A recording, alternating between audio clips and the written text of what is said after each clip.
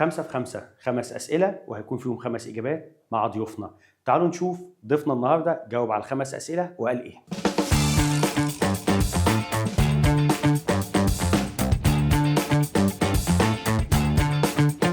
احنا محتاجينه عشان لوس انجلوس. اولا سياسه الدوله دلوقتي ان لابد الاعداد الجيد في اطر معينه الا وهي الحوكمه. نمره واحد اللجنه العلميه، شكلت لجنه علميه على اعلى مستوى علشان تدرس وتنسق مع المدير الفني للمنتخبات الوطنيه، وده بالفعل تم. كاس العالم للشباب ان شاء الله في شهر ديسمبر في الهند، وكاس عالم كبار في بلجيكا هولندا في يوليو. طيب البطولات المؤهله بقى اللي هي الامم الافريقيه للشباب هتبقى في ناميبيا في ابريل، وبطوله الامم الافريقيه للكبار هتبقى في اغسطس. القصه انا قعدت مع اللجنه العلميه ورئيسها الدكتور مرعي حسين بحيث اوصل لكاس عالم كبار. انا وصلت كاس عالم شباب كتير جدا من 84 واحنا بنتاهل. الهدف دلوقتي اروح كاس عالم شباب وحقق نتيجه، هروح كاس عالم كبار وحقق نتيجه.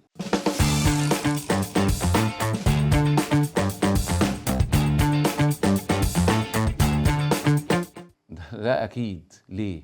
لان انا فوجئت لما توليت المسؤوليه ان اعمار اللي مستوى العمر في الدرجه الاولى دلوقتي داخل من 37 36 38 سنه. لاعب منتخب مصر في الدرجه الاولى المفروض يبقى في العشرينات. فوجئت بهذا الكلام، فابتدينا اتفقت مع المدير الفني وهو راجل عنده خبره كبيره الكابتن احمد زكريا، والراجل مشكورا ابتدى يجمع فريق الشباب من مختلف الاعمار السنيه من 2003 و4 و5 و6 و7 علشان نطعم فرقه الشباب وفي نفس الوقت نعمل الاحلال والتبديل بتاع فرقه الكبار ان شاء الله الدرجه الاولى.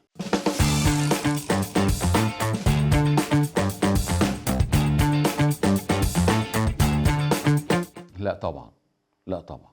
الاعداد الداخلي احنا عاملين الخطه اللي موضوعه للمنتخبات خصوصا المنتخب الكبير ومنتخب الشباب فيها اكتر من حاجه.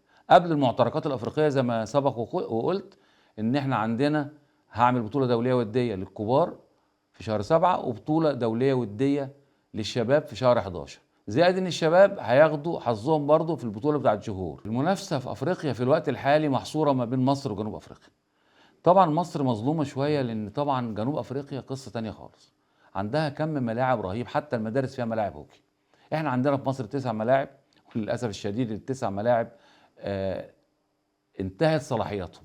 انا ما عنديش للاسف في ال9 ملاعب ولا ملعب يصلح لاقامه هذه البطوله، ولذلك طلبت من معالي الوزير ان يساعدنا. هو ادى تعليمات ملعب اتحاد الشرطه يخلص وملعب استاد القاهره الدولي يخلص، وان شاء الله تم البدء ملعب اتحاد الشرطه وسيادته ضاغط جدا علشان الملعب ينتهي عشان نستضيف بطوله الامم الافريقيه في شهر 8 ان شاء الله.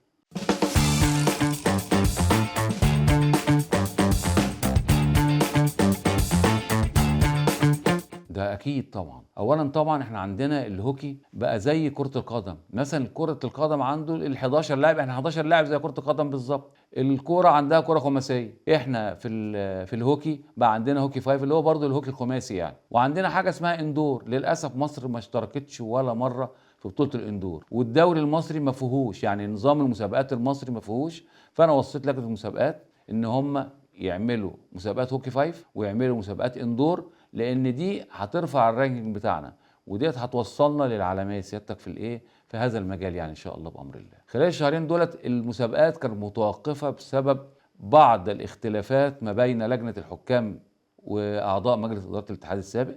انا جيت حليت هذا الموضوع واتفقت مع الحكام واتفقت مع الاوفيشالز بتوعنا كلهم ان شاء الله بامر الله كل العقبات هنذللها، وان ان شاء الله ما يكونش في مشاكل، وبامر الله ان شاء الله احنا هنوصل للعالميه.